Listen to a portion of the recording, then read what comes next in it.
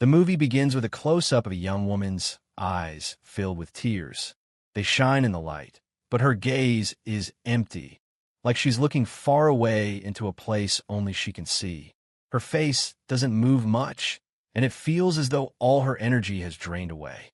Then the scene changes to a man named Karen, who is walking quickly around his house. He looks deeply upset and angry. His steps are fast and restless, and he throws things across the room without caring if they break.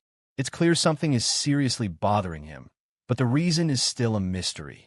The next morning, we see another woman named Amy staring ahead, barely noticing anything outside. It's like her mind is somewhere far away, lost in deep thoughts.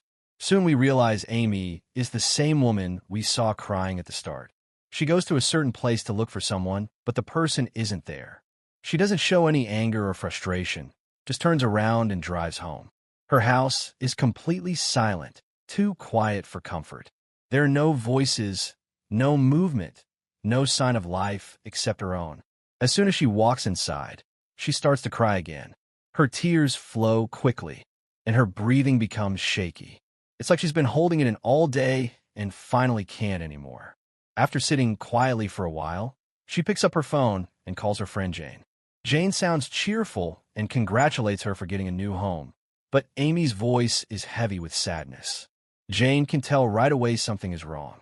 When Jane asks her directly, Amy avoids answering and just says she wants Jane to visit. Jane hesitates at first, saying she already has family plans, but the quiet way Amy responds makes her uneasy. After a short pause, she changes her mind and says she will come anyway.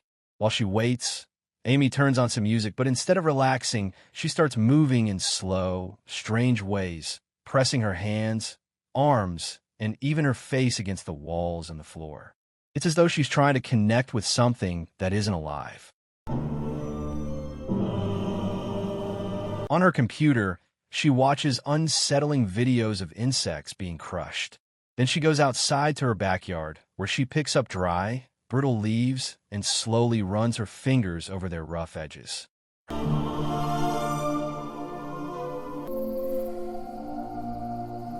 Her internet searches become darker. Funeral items, black clothing with morbid designs, and even a strange jacket that is said to be made from human skin.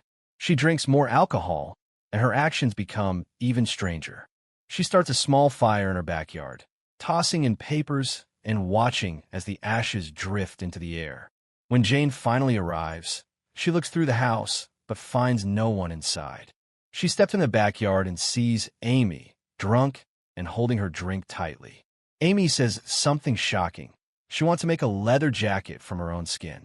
She also says she believes she will die tomorrow. Now her earlier actions, touching dead leaves, pressing herself against walls, searching for morbid things, start to make sense. She is preparing herself for death, surrounding herself with lifeless things. Jane tries her best to comfort her and change her mind, but Amy doesn't listen. Eventually, Jane leaves for the family event she had delayed, but the strange and heavy feeling stays with her. The movie then jumps back to a few days earlier, showing Amy with her boyfriend. During a quiet moment, she tells him she had an abortion when she was 22. He advises her to forget about it and move forward, but the conversation ends awkwardly, without any real comfort. Back in the present, Jane is in her home, bent over a microscope while studying tiny samples. Suddenly, the same uneasy feeling Amy had described creeps over her, strong and unshakable. She rushes to Amy's house, but no one answers the door. Instead, she goes to her brother Jason's home, where a birthday party is happening for his wife, Suzanne. Friends Brian and Lily are also there, dressed nicely. Jane shows up in her pajamas, looking out of place among the smiling guests. Everyone is surprised to see her like this, but before they can say anything, Jane calmly says she will die tomorrow. At first, the room fills with laughter. They think she's joking, but her serious expression quickly kills the humor. A tense silence fills the air. Soon after, Jason starts feeling the same belief. The strange red and blue light that earlier surrounded Amy now falls over him too, almost marking him as infected. The idea spreads quickly. After the party, Lily brushes off Jane's words, but Brian says death is coming for everyone, so maybe it doesn't matter if it comes sooner. Hours later, both Lily and Brian also believe tomorrow will be their last day. Suzanne begins to feel it as well. It becomes clear that this isn't just a passing thought. It's like a sickness of the mind. When you hear from someone, it plants itself inside you and grows until you believe it completely. Somewhere else, a woman in a hospital removes the oxygen tube from her father, ending his life instantly. Back home, Suzanne tells her young daughter that she and Jason will die tomorrow, and the fear spreads to the child. Later, Suzanne tells Brian she had been waiting for his father to die so she could leave their relationship, and now that it has happened, she leaves him without hesitation. Brian doesn't show much reaction. His mind is lost in the thought of dying tomorrow. The most chilling moment comes when their daughter begins crying loudly, saying she doesn't want to die yet.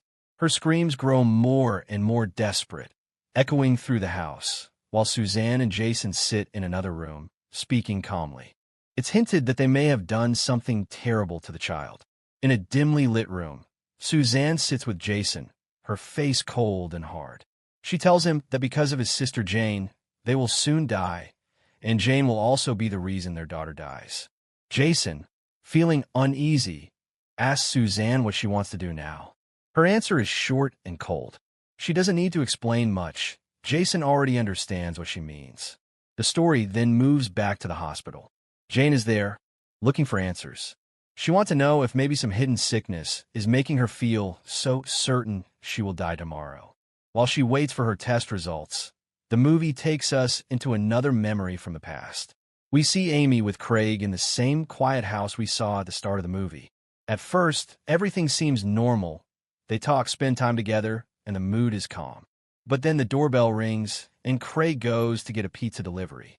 He pays the delivery man and turns back toward the living room. But something about him changes in an instant. His expression hardens, his eyes grow distant, and his face looks empty. It's clear that the strange infection has reached him. This moment explains the earlier scene where Craig was pacing and throwing things around his home. He had been infected before Amy. Craig unknowingly passed it on to her, and then Amy spread it to Jane. From Jane, it spread to more and more people, like ripples in water after a single drop falls in. Back in the present, Jane finally gets her results. The doctor says she is perfectly healthy. There is no sign of any sickness. But Jane refuses to believe him. She insists that she will die tomorrow. Her words fill the room like an echo, and something in the doctor's face changes. In just a few seconds, the same thought takes root in his mind. The infection has claimed another person. Soon, the doctor also begins saying he will die tomorrow. His first reaction is to go home and see his wife. He forgives her for things from the past, wanting to make peace before his last day. Just like this, the belief keeps spreading, carried by words alone. Jane eventually returns to her home. She goes back to her work like nothing has happened, but there is a calmness in her face, almost as if she has accepted her fate. She quietly mutters that this is how it will end. The scene changes again. Amy is now inside Preeti's home, sitting beside Craig's lifeless body. A gun lies nearby, pointing to suicide. But the truth is darker. The infection doesn't actually kill people. Instead, it pushes them into doing things they might never have done before. Across town, Suzanne sits near her daughter's still body. It's disturbing because both Suzanne and Jason were infected before their child, yet they are still alive. They quietly wonder if what they did was the right thing. Somewhere else, two young women are at home when Jane appears unexpectedly. Blood is dripping from her mouth, staining her clothes. She has been stabbed. She tells them the same thing she told others, that she will die tomorrow. The two women reply at the same time that they will die too. Jane gives a faint smile and then slowly moves into their backyard pool, her body gliding on the water like she's drifting away from the world. In another place, Amy walks into a leather workshop asking how to make a jacket. The shop owner explains the process step by step. As Amy listens, she changes her mind. Using her own skin would be far too dangerous and painful. She quietly leaves, letting go of her earlier dark idea. In the final moments of the film, Amy stands on top of a cluster of rocks under a cloudy, pale sky. She bends toward a single flower and speaks softly to it. We cannot hear her words, and her face is unreadable. The screen fades to black. Only when looking back at everything does the disturbing truth become clear. The infection spreads only through words. It doesn't kill by itself. A person can keep living for days without anything happening, unless they choose to act on the belief. Craig's death wasn't caused by fate. It was suicide. Preeti didn't take her own life. Amy ended it, thinking she was saving her from suffering since she believed both of them would be gone the next day. Jason and Suzanne's daughter met the same fate at her parents' hands. Her crying, saying she didn't want to die, wasn't symbolic. It was real. Suzanne was ending her life, and Jason agreed because he feared no one would care for her after they were gone. Brian's act toward his father came from the same twisted thinking. He believed that if he was about to die, leaving his sick father alive would mean abandoning him to a lonely death. Finally, Jane's stabbing is shown to be the work of Jason and Suzanne. Suzanne had already blamed Jane for everything. When Jane whispered, "So this is how it will end," she wasn't speaking about destiny. She was looking directly at them, knowing exactly what they were about to do. Don't forget to like this video and subscribe to our channel. Thanks for watching.